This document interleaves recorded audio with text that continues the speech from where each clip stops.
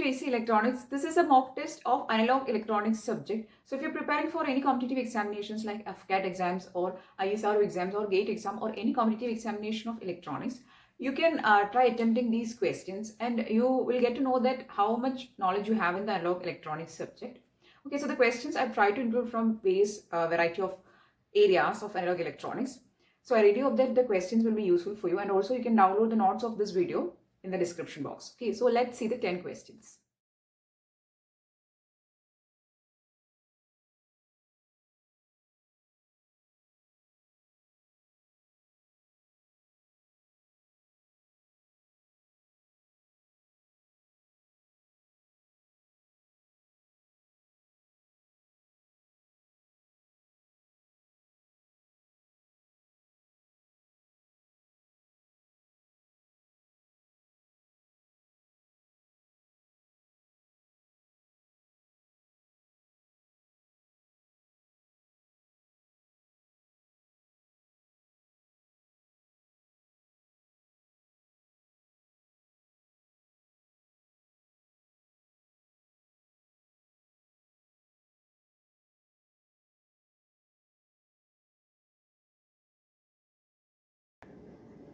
So this is a mock test for analog electronics. I hope you have seen the questions and answered the question. Now we can see the solutions. The first question is, a simple circuit diagram of serial clipper shown below. What is the transfer cara? Okay, so the diagram I'll draw it for you.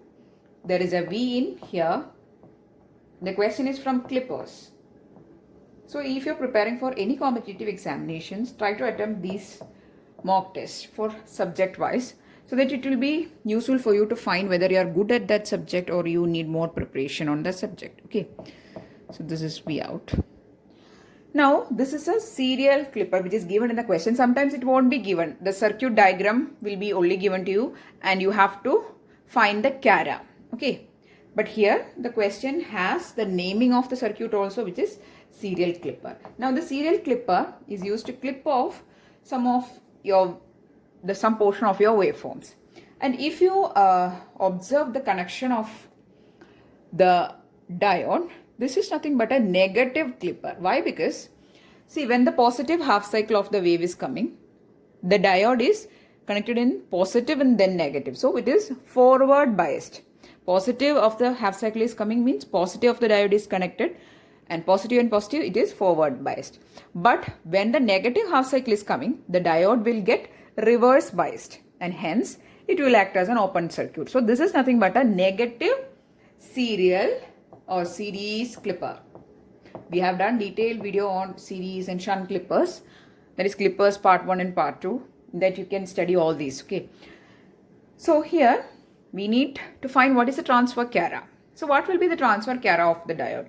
In the question it is also given, use constant voltage drop across the diode. So the question is specifically saying that there is some voltage drop across the diode. So the transfer cara won't start from your origin. Okay, so the transfer cara will be in which quadrant? This is a negative series clipper. So it will clip off the negative half cycle. So there won't be any negative quadrant or negative, there won't be any signal or transfer cara in the negative quadrants. It will be only in the positive quadrants, because this circuit will clip off all the negative half cycles or the portion of the negative half cycle. And also, since there is a voltage drop across the diode, it won't start from 0. It will start after the threshold or the built-in value for your diode. That much potential drop. After that, only the diode will start conducting or the circuit will work. Okay, so this is your transfer cara. And from the options, option A is starting after VT. Here it is VT, this is V in and this is V out. Okay, so this much, after this much delay or this much drop across a diode, it will conduct. Okay, so then that much portion of the wave you will be getting. There won't be any waveform in the negative. Why? Because it is a series clipper clipping off negative half cycles. I hope these are the basics of clippers, and also clampers are important. Okay, so the correct answer here is option A. So this is the transfer cara of this negative series clipper. Okay, moving on to the second question. Analog electronics is a very important subject, especially for competitive examination. A lot of questions can come from various areas. Okay, so please to prepare it very thoroughly. Try to practice maximum questions so that you can score maximum. Next question. In a diode, the change in voltage being applied across it is 2 volt. Okay, so the diode, the change in voltage applied across the diode is 2 volt. The change in minority carriers outside the depletion region is 1.2 into 10 raised to minus 8. Find the diffusion capacitance. The question is regarding diffusion capacitance or CD, that is equal to dq by dV. Change in charge by change in voltage. We know that Q is equal to CV. So that equation we are using as a change. Diffusion capacitance means due to the concentration variations, diffusion capacitance is happening, right? So change in charge by change in voltage. What is a change in charge? It is 1.2 into 10 raised to minus 8. That is a change in carriers, minority carriers. By change in voltage is 2. So that is 6 nanofarads. Correct answer is option D, 6 nanofarad. Okay, you have to adjust the decimal and the 10 to the powers. It will be 10 raised to minus 9. Okay, so then 6 into 10 raised to minus 9 or 6 nanofarads is the answer. Correct answer is option D is the correct answer. Moving on to the third question.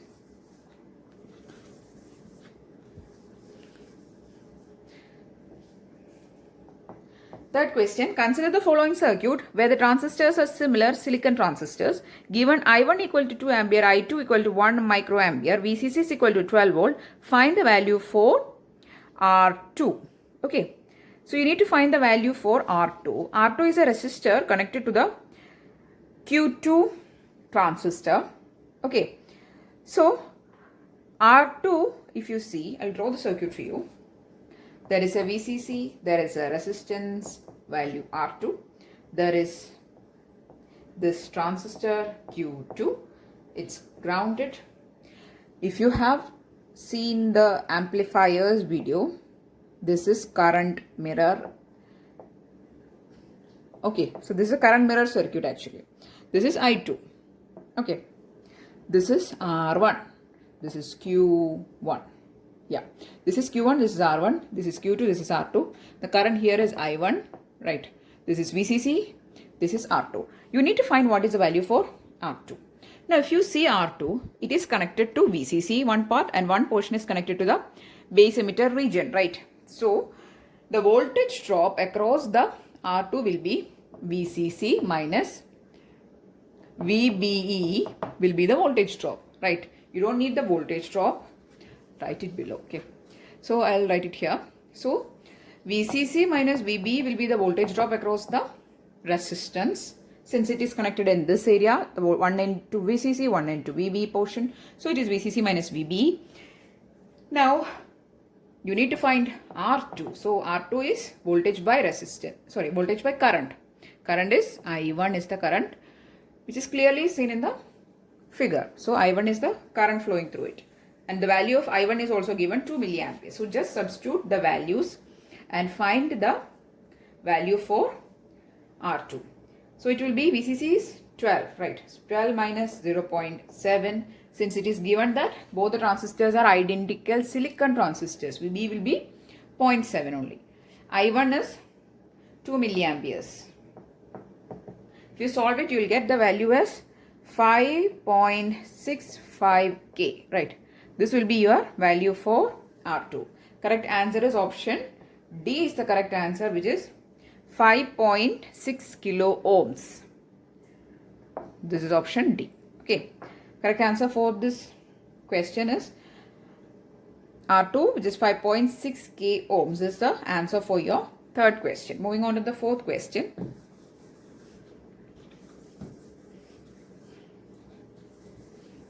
There's a lot of current mirror type questions, theory questions, and also numericals. Okay. Fourth question is from tunnel diode. Tunnel diode can be used as an active device because that. So this is one important property of a tunnel diode. Generally, while discussing diodes, they are passive devices. They don't amplify the signal or anything. They just act as switches, right? But tunnel diode, a specific or speciality of a tunnel diode is that they can act as active devices. Now, why tunnel diode act as active devices is a question. A, its negative resistance region is used. B, it conducts at a faster rate. C, it triggers the flow of electrons in reverse bias. No, we don't use, while discussing tunnel diodes, we don't give importance to reverse bias condition because it don't work in reverse bias. D, of tunneling effect. Because of the tunneling effect. The answer is because of the negative resistance region. There is negative resistance region. In negative resistance region, they act as active devices. Okay. And the VI cara of the tunnel diode is actually falling into the first and the second quadrant. Okay. So the answer is because of the negative resistance region. Again, we have done a detailed video on tunnel diode also. In that, I've explained about the cara, the negative resistance region, peak current, peak voltage, valley voltage, all those things we have discussed. So due to this negative resistance property, negative resistance region present in the tunnel diode operation cara, it can act as an active device. Correct answer is option A. Fifth question. Okay, fifth question is from rectifiers.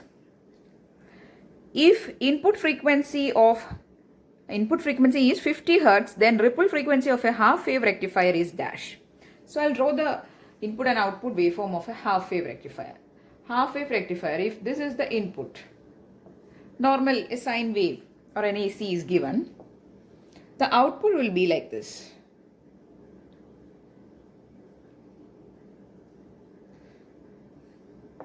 Oh, sorry.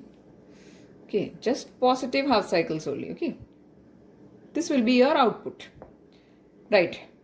Now, if this is one frequency cycle, it is passing only one half of the cycle, right? There is a frequency is exactly same, right? But for the full wave, if this is one cycle or one frequency cycle, it will be passing two half cycles for a full wave rectifier.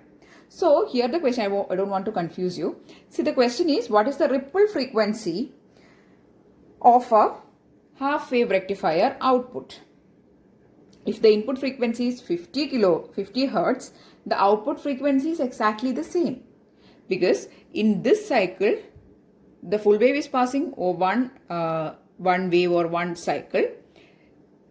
The frequency will be exactly same. Here also one half is passing. So the rectified version also, the frequency is exactly the same. Okay. So F is equal to 50 Hertz will be the ripple frequency also. I'll read out the question once again. If input frequency is 50 Hertz, then ripple frequency of half wave rectifier is same. Ripple frequency is 50 Hertz itself. Answer is option B. So why? Because here also one cycle is passing. This is the one cycle of the rectified output, right? So this is also one cycle during the frequency period. Okay, so this is same frequency as your input. The output frequency will be same as input only. Okay, so correct answer will be option B, 50 Hertz. Moving on to the sixth question. Consider the circuit. Yeah, I'll draw the circuit for you. Okay, the question is, loading occurs when? Okay, this question is from cascaded amplifiers. A1, there is a resistance of value R1. There is again resistance of value R2, cascading with A2. This is V in, this is V out. Now, when do cascading occurs? Sorry, the question is when do loading occurs? The loading means some of the noise coming or some of the variations happening at the input side. Okay, so the options are A, R2 is small, B, A1 is small, C, R2 is large, D, A2 is large. So the loading occurs when the input resistance is less. Okay, please note this thing. loading or some noise is coming or some variations happening, when the input resistance is less, then it allows some noises or some fluctuations to the input side. This is called loading effect. Okay, so when R2 resistance is less, then there will be loading.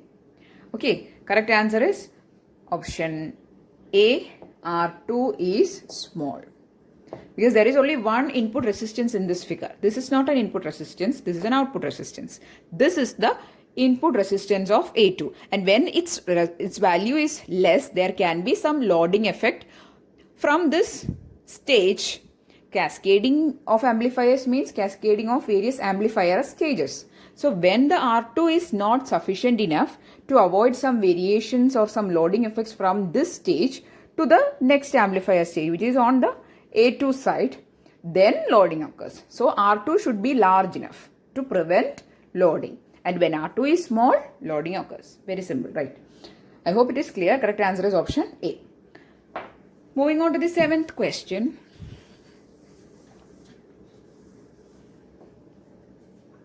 Seventh question is from Hartley oscillator.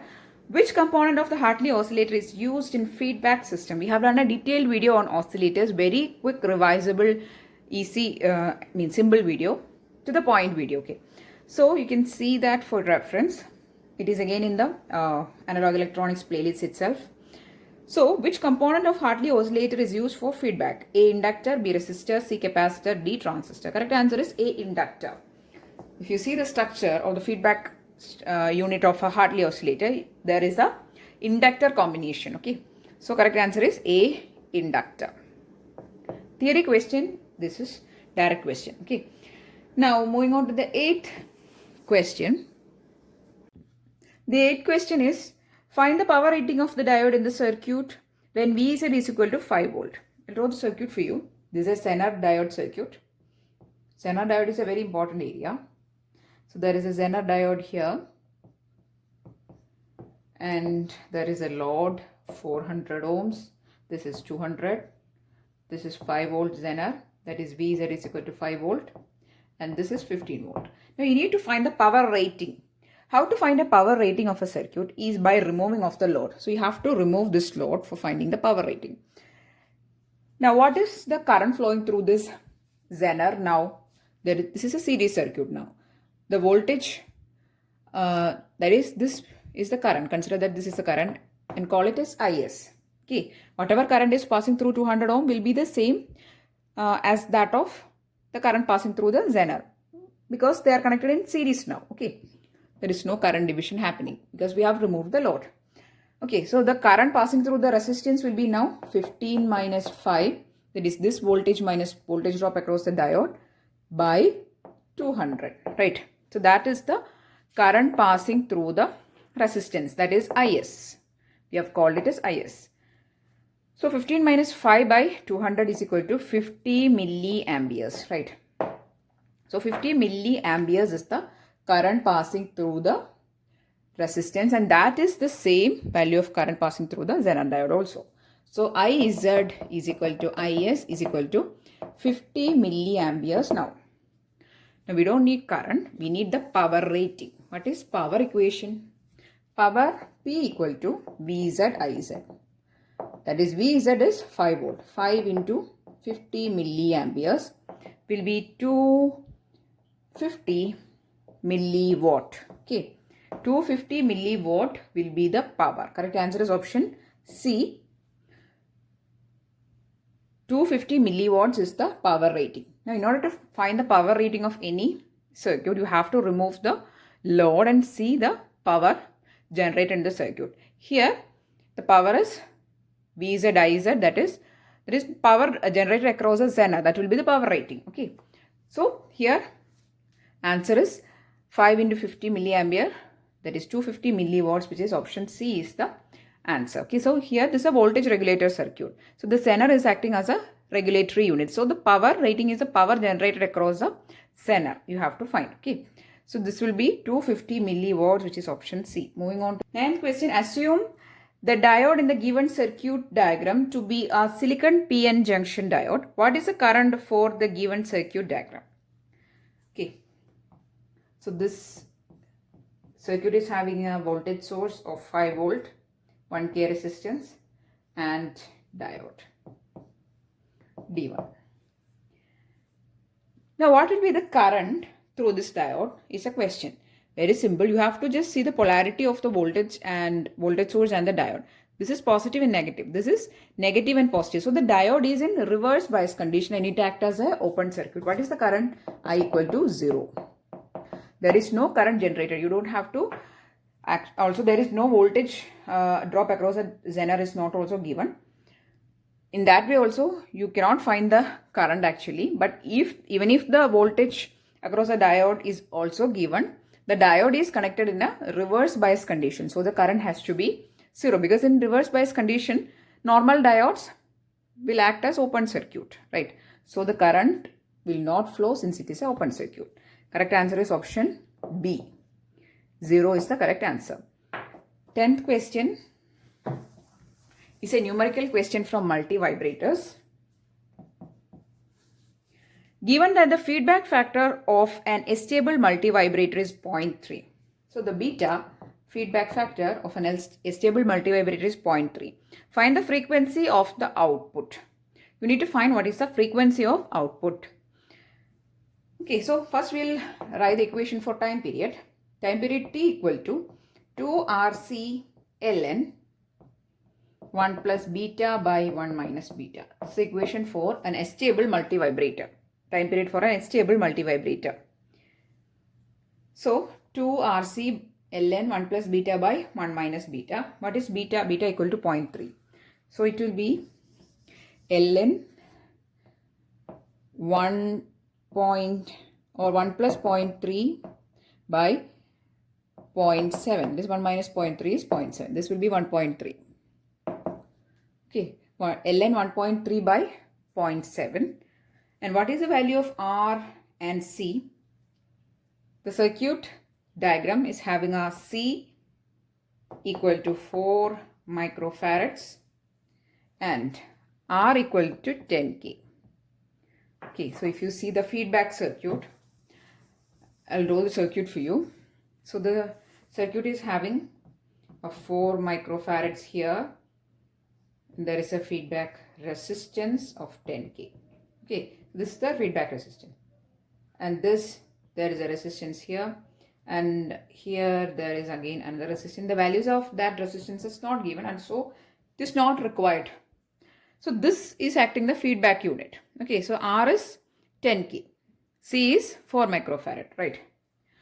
So you have to substitute R as 10K and C as 4 microfarads and from this diagram and then solve this to find the T. Okay, now I'll remove it. That is 2 into R is 10K, 10 into 10 raised to 3 into C is 4 microfarad, 4 into 10 raised to minus 6. Then ln 1.3 by 0.7. Okay, and if you solve it, you will be getting the T equal to 49.52 milliseconds. Solve for this sum and you will be getting 49.52 milliseconds. And then F will be 1 by T, right?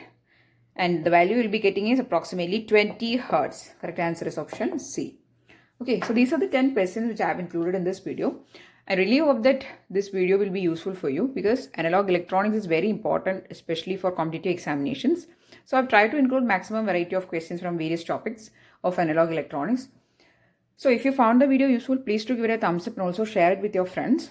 And if you want more videos, please do subscribe to the channel. Thanks for watching and keep on watching.